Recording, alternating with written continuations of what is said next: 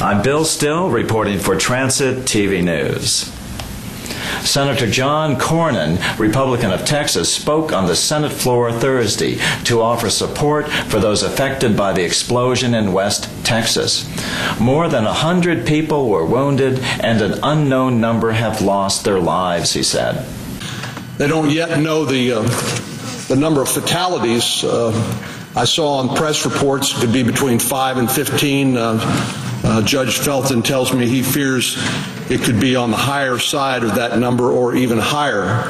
They just don't know, and they're continuing to try to find the victims and help those who need help if they're still alive. But we do know that more than 100 people were wounded and an unknown number have lost their lives, as I said. But we do know that among the dead are a number of firefighters, volunteer firefighters, and other first responders. As typical, and as we actually saw in Boston, during a time of crisis, tight-knit communities like West and cities like Boston, you see some acts of real heroism and that are encouraging at a time when we could use a little encouragement. We're seeing the resilience of a tight-knit, self-sufficient community in the aftermath of this terrible tragedy. Businesses have reportedly stayed open throughout the night, and neighbors have opened their doors to help support the victims. As is so often the case, ordinary citizens ran toward danger as they offered assistance. One resident loaded up his car with people and made 3 successive trips to the hospital. And this morning, as I was waking up and watching the news, I saw one gentleman who said he made multiple trips into the nursing home to take nursing home residents who were not able to walk out themselves to bring them to safety. As one police officer at the scene said, the people of West will not let a person stand out in the rain.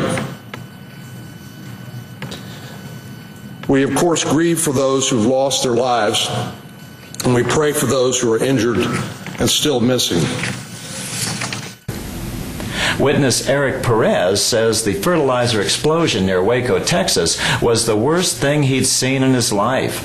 Perez videotaped the explosion with his cell phone. I was about 200 feet from the explosion. We were playing basketball, and then they told us to move out, so we moved out to the intermediate school. And we're sitting there watching the fire, and then all of a sudden a big explosion happened. And then we hit the deck, and we ran out of there as fast as we could. There was a giant force of pressure just pushing me back. And there's shrapnel flying everywhere from the explosion. You still shaking up. I've been stopped shaking up since the whole thing happened. I mean, that's probably the worst thing I've ever seen in my life. When we got to the retirement home, it was complete chaotic. They hadn't even responded over there yet at the time. So my wife, being a retired nurse from the Air Force, she went into one wing and I went into the other wing. When I got in there were some people that were in wheelchairs, and then we had others that were just trapped in the rooms. They had sheetrock that was on top of them. You had to remove that. The halls had debris in it.